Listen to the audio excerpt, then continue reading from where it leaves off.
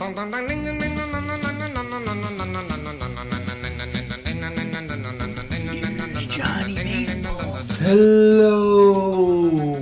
Welcome back to another episode of Jonny Baseball. It's been a while. It feels like it's been...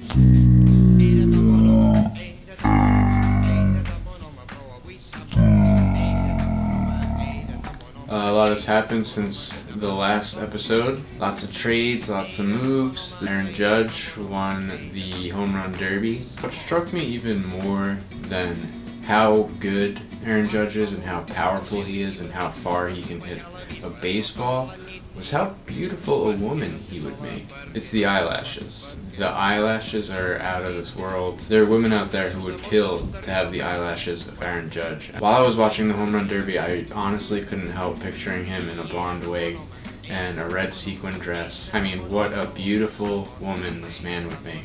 Honestly, I did a complete 180 on Erin Judge. I initially thought that he looked a lot like Sloth from the Goonies, but I'm telling you, when they zoomed in on those eyelashes, I was just like, Mamma mia. You know, the home run derby was alright, but I just kind of feel like it needs a little spice. I mean, honestly, it's kind of just glorified batting practice. I don't know if you guys remember, but a couple of years ago, Taco Bell had a promotion, I believe it was during the All-Star Game, where if somebody hit a home run into a specific spot in the ballpark, the entire world would get a free chalupa.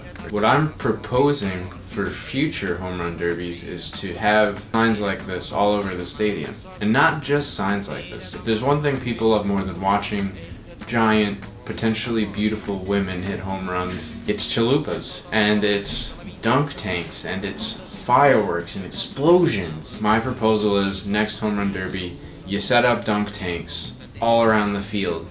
You set up free chalupa signs all over the outfield. You set up buttons that set off giant firework displays all over. I hear what you're saying. Who goes in the dunk tanks? Maybe you put all the most hated baseball executives in the game in each dunk tank. You know, you grease the wheels with a little bit of that sweet moolah. And you're telling me people wouldn't tune in to watch that? You're telling me people wouldn't be falling over themselves, catch a glimpse of some of the crappiest, most hated, slimiest baseball executives and owners possibly getting dunked? You're telling me people wouldn't tune in to see whether they might win a free chalupa for the rest of their life? I say, come on, baseball, take a chance. It's time to get weird. But enough about the home run derby. Let's move on to some stuff that might be able to help you and your fantasy teams this year.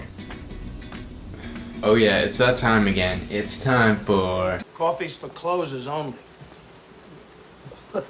So with the trade deadline approaching, there's a lot of relievers that are likely going to be on the move. In terms of Miami, AJ Ramos has been getting a lot of attention on the trade market. I think the obvious ad there is Kyle Barraclough. I know that the surface numbers aren't great, particularly the whip, but he's a very unique pitcher in the sense that he walks a butt ton of hitters, but he's able to manage those base runners by both striking a lot of guys out and limiting the home runs that he gives up. You're not going to get an elite closer here, but I think he is probably going to help everywhere except for that whip. Hey, sometimes you gotta take what you could get. Alright, and next up are a couple of lesser known guys. First one is Kirby Yates, who I think probably went to private school with Whit Merrifield III. They played polo together, they go way back.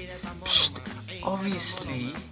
With the recent trade of Brandon Maurer and Ryan Buchter, that leaves Brad Hand as the closer in San Diego. With the amount of rumors that are swirling around him, I wouldn't be surprised if he got traded. And I think the next two guys in line are likely going to be either Kirby Yates or Phil Matone. Matone is a young guy with a team that's rebuilding like the Padres. The chances are they're not going to go with somebody who's not only inexperienced but would also drive up his arbitration costs in the future. So they're likely just going to turn to Kirby Yates in this situation. Yates has been pretty good this year. He's 30 years old and never really had a ton of success prior to getting to the Padres, but he's put together a good season. I think he probably steps into the role first. Next up are two other guys. The first is Jerry Blevins of the New York Mets. Essen Reed is probably the most valuable chip the Mets have this offseason, so naturally that means they probably will not move him and will lose him for absolutely nothing in the offseason. But in the small likelihood that the Mets actually do the smart thing for once in their miserable existence, I think Blevins is going to be the guy to step in. I know based on usage, some people have been speculating about Paul Sewald. That's a fair guess just because Blevins has primarily been used as a lefty specialist and Sewald is a righty, but I think they might go with the veteran Blevins. Over the course of his career, he has been an effective pitcher against righties, has held them to a 242 average. Hasn't been as good against them this year, but I think they'll probably go with the veteran in the role, at least until Familia comes back, if he comes back this year. So if you're specking for saves, I think you gotta go with Jerry Blevins. Don't be scared away from the fact that he looks like a hybrid between an adult and a 12-year-old. And last up, there is Justin Wilson. He's been talked about a lot leading up to the deadline. I think he probably is going to get moved at some point. I think who actually steps into this role is Shane Green. Like with the Mets, the usage kind of points to it potentially being Bruce Rondon, but unfortunately Bruce Rondon is a giant piece of crap. The only real other option in that bullpen is probably Alex Wilson, but he is also not very good. So I would be speculating on Shane Green here. He seems to have the best stuff of the bunch. He limits the home runs, he gets a decent amount of ground balls, strikes out a good amount of guys. I think that he leapfrogs Rondon and becomes the closer in the event that Justin Wilson gets traded. So there you have it. Future potential closers for you to snap up in leagues. Before I go, I'm just going to give you one hitter who's kind of caught my attention. That is Jorge Bonifacio. I know I'm a little late to the party probably. This guy's been up for a little while, and I don't just want this guy to be good to make the Bonafide or Bonifacio meme that was started on the Fantasy Focus podcast relevant again. You know, in deeper leagues and OBP leagues, I think this is a guy that's getting overlooked a little bit. There's nothing particularly amazing about his profile, but he walks a decent amount, he hits the ball pretty hard, he sprays the ball more than you would probably expect from a guy who's pacing towards 25 home runs, maybe more. I really like his batted ball split. He hits a lot of line drives. He doesn't hit the ball on the ground a ton. In deeper leagues, I think if you're looking for a little power, who's not going to hurt you a ton in any other area of the game, I think this is somebody you can probably snatch up who could probably help your team out a wee bit. He also looks a little bit like a goblin, so if you like having a team full of guys who look like fantastical creatures, definitely snag Jorge Bonifacio. Alright, thanks for tuning in, thanks for stopping by.